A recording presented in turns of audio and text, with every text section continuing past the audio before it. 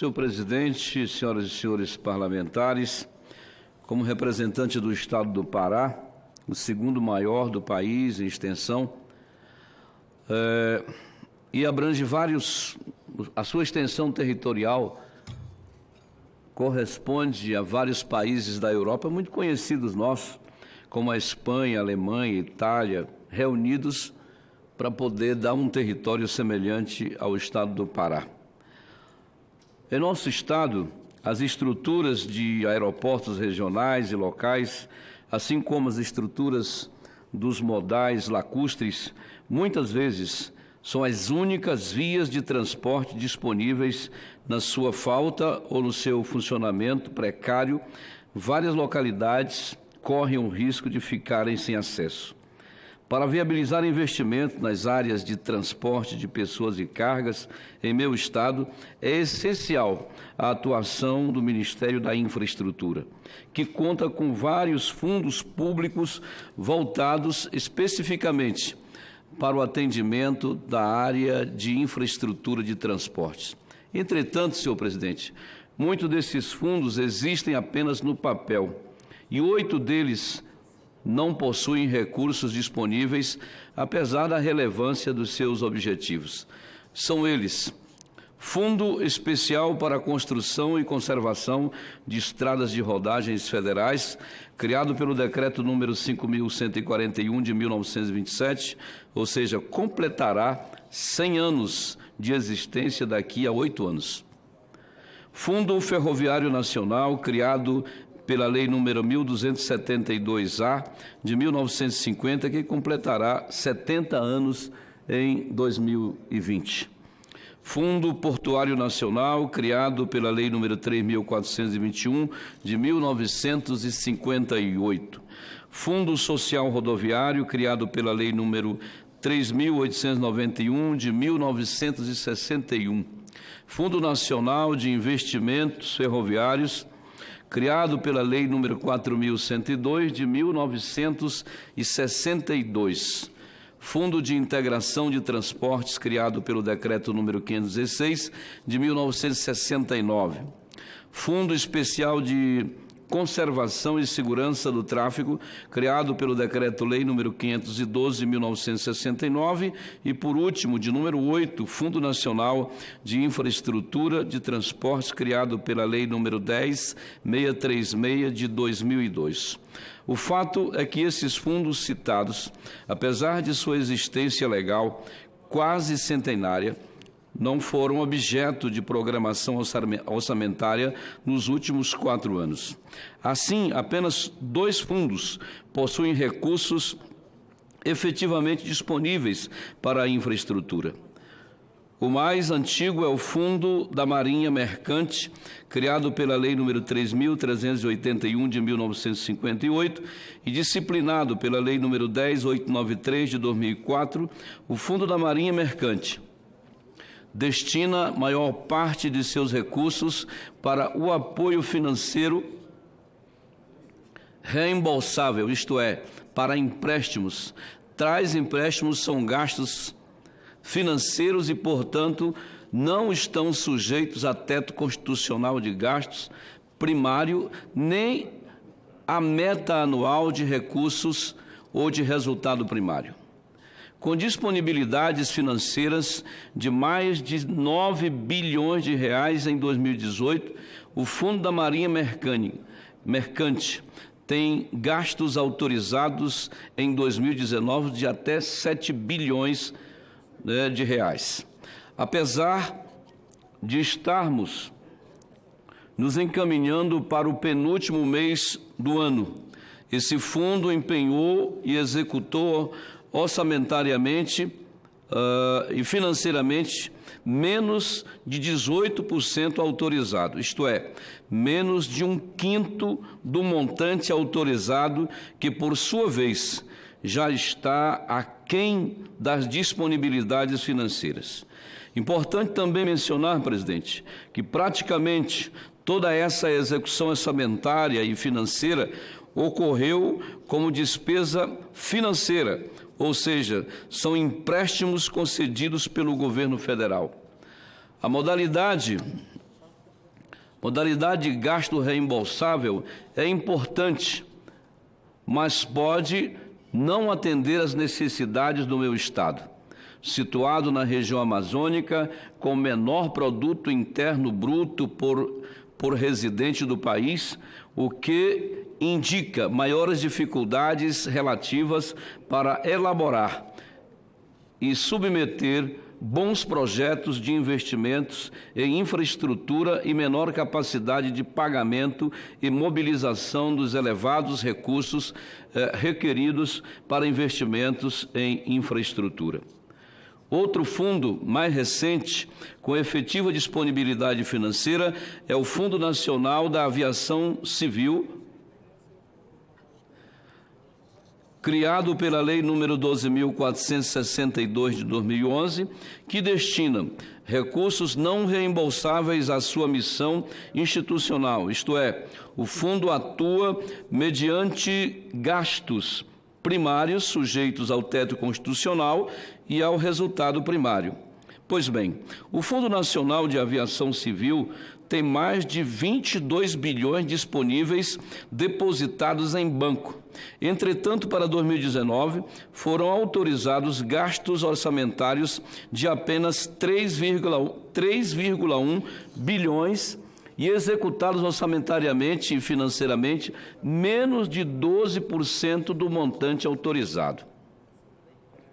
Ao procurar entender o que pode ser feito para mudar essa situação em que o dinheiro fica depositado, rendendo juros, em lugar de ser utilizado para sua finalidade legal, em benefício da infraestrutura em meu estado, encontramos dois nomes já mencionados e conhecidos de todos: teto de gasto primário e meta de resultado também primário.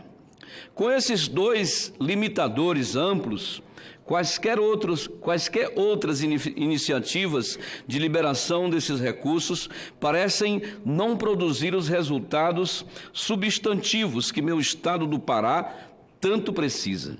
Diante desse cenário caótico, buscamos soluções para que esses recursos sejam destinados para as áreas devidas. Lamentamos as seguintes possibilidades. Primeiro, reformulação e aglutinação dos vários fundos em um único fundo de infraestrutura.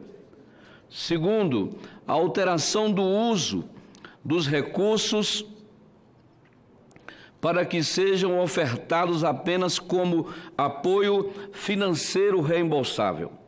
Terceiro, a alteração do cálculo do teto e do resultado para excepcionalizar ou não computar os gastos em infraestrutura, ou ainda desvinculação dos recursos desses fundos. Tais mudanças, senhor presidente, entretanto, tendem apenas a aumentar o endividamento federal e é importante aqui esclarecer esse ponto. Senhores, todos nos assistem preferencialmente pela televisão, pelo rádio, pela internet ou nos acompanham por quaisquer outros meios de comunicação. Os atuais tetos de gastos e metas de resultados são indicadores enganosos do ponto de vista patrimonial contábil, pois lidam apenas com receitas e despesas não relacionadas ao sistema financeiro.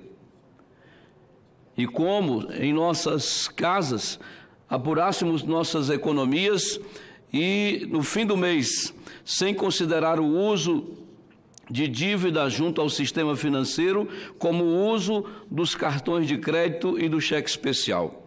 Assim, o esforço fiscal do governo, orientado por esses dois indicadores, está voltado apenas para gerar recursos e para pagamento dos serviços da dívida, ou seja, as chamadas despesas financeiras contraídas junto ao sistema financeiro. Ter crédito é bom, senhores.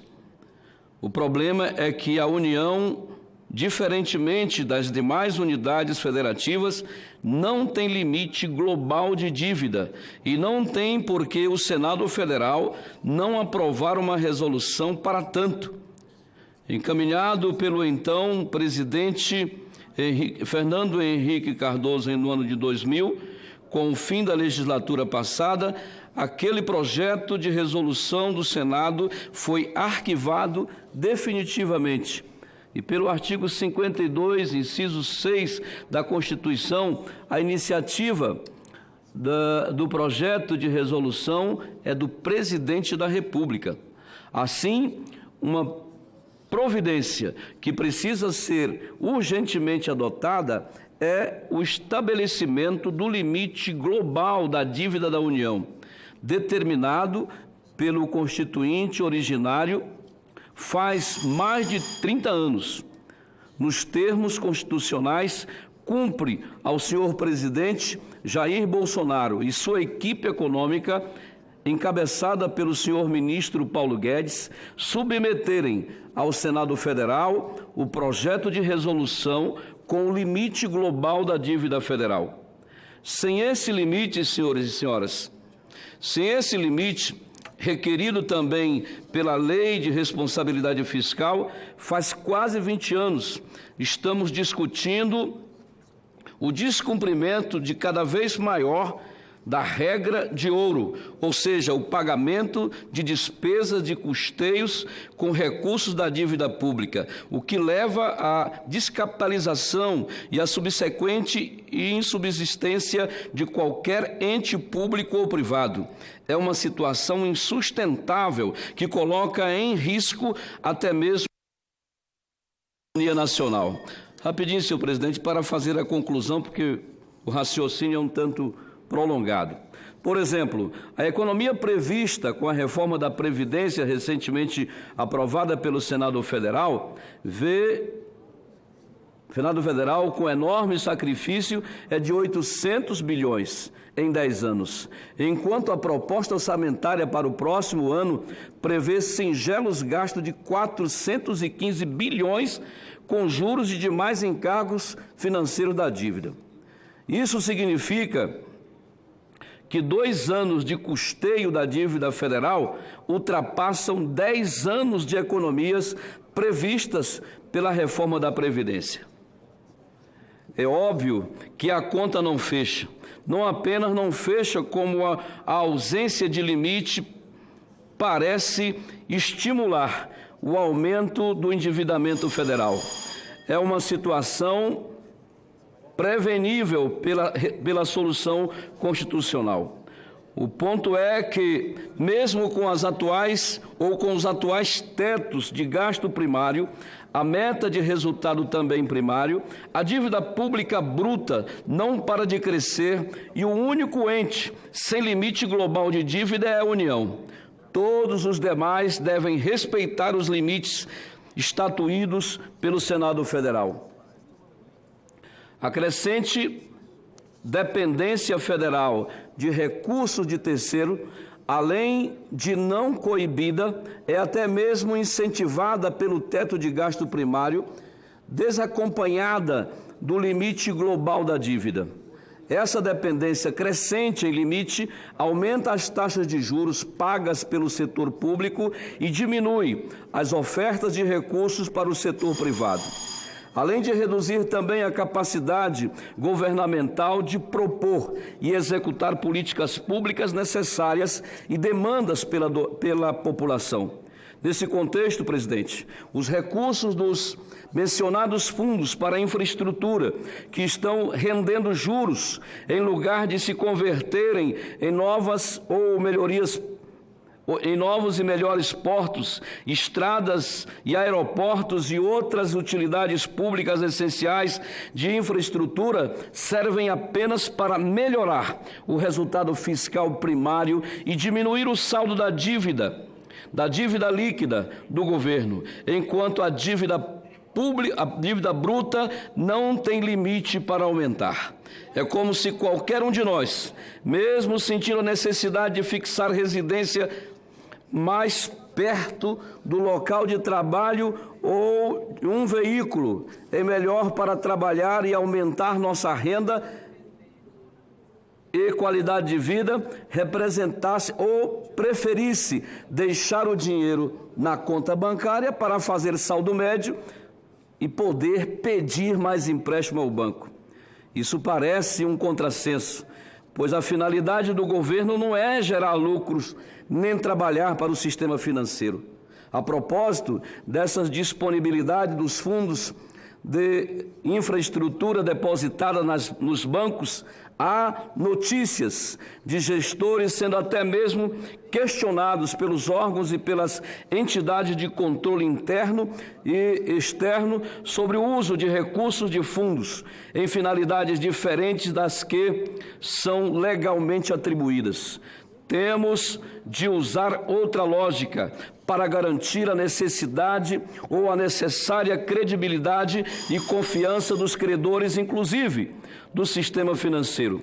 Precisamos de uma lógica que permita aplicar os recursos disponíveis nas necessidades da nossa população, em cumprimento, aos objetivos fundamentais da República Federativa do Brasil, constitucionalmente determinados, ao mesmo tempo em que se mantém aberta as possibilidades relativas à renovação e à contratação da dívida nova.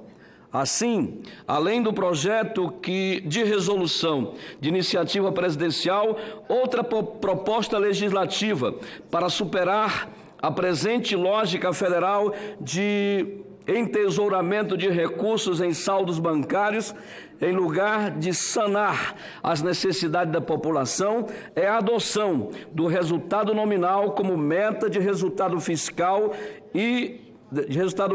da União em lugar do resultado primário. O resultado nominal está alinhado com a variação do patrimônio líquido e não leva a equívocos. Ademais, diferentemente do resultado primário, coloca gastos primários e financeiros num único plano, o que viabiliza mudanças na atual lógica de repressão dos gastos primários em favor do aumento sem limite dos gastos financeiros. A adoção dos resultados nominais como meta fiscal está prevista pela Lei de Responsabilidade Fiscal e aumenta a institucionalidade dos gastos, ou seja, favorece as aplicações dos recursos vinculados aos objetivos legalmente estatuídos em lugar do seu entesouramento. Essa é uma mudança legislativa que iremos sugerir assim que forem sancionadas as diretrizes orçamentárias para 2020, uma vez que as mudanças nas diretrizes vigentes são inoportunas, devido à proximidade do encerramento do ano fiscal. Assim, fica lançada essa pauta que permitirá ao meu estado do Pará acessar os recursos que precisa de investimentos em infraestrutura. Para concluir, senhor presidente, a atual lógica fiscal tem se mostrado uma gaiola de ferro que limita e compromete a qualidade dos gastos federais para o cumprimento dos objetivos fundamentais da República, como os tão necessários investimentos em infraestrutura para a redução das desigualdades sociais e regionais do meu estado do Pará. Os dois nomes dessa camisa de força são tetos de gasto primário e meta de resultado primário, que têm um importante papel, mas são indicadores enganosos do atual contexto fiscal. O problema é que a lógica fiscal associada a esses dois indicadores pressupõe limite também do gasto financeiro e, mais ainda, o limite da dívida da União, que tem drenado de forma crescente os recursos que deveriam ser destinados para outras finalidades, o que os torna enganosos. É a ausência deste último limite, a cargo do Presidente da República e do Senado Federal. Em nossa análise, detectamos que a superação do presente gargalo nos investimentos em infraestrutura e requer a ação presidencial e mediante a subcomissão ou a submissão, digo melhor, ao Senado Federal de proposta de resolução que fixe limite global para a dívida da União e a subsequente aprovação desses limites por esta Casa. Ao mesmo tempo, a alteração de meta de resultado primário para nominal, prevista pela Lei de Responsabilidade Fiscal, permitirá deliberações mais transparentes e bem informadas, assim como a maior racionalidade das alocações orçamentárias aos olhos dos nossos constituintes e cidadãos. A responsabilidade proposta para a mudança na meta de resultados será apresentada depois da sanção das diretrizes orçamentárias para 2020. Senhor presidente, o que nós detectamos é que o Brasil se imobiliza.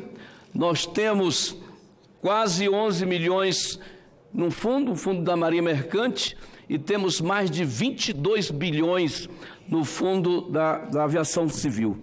Meu estado é um estado diferenciado. Arquipélago do Marajó, ou você vai de barco, ou você vai de avião.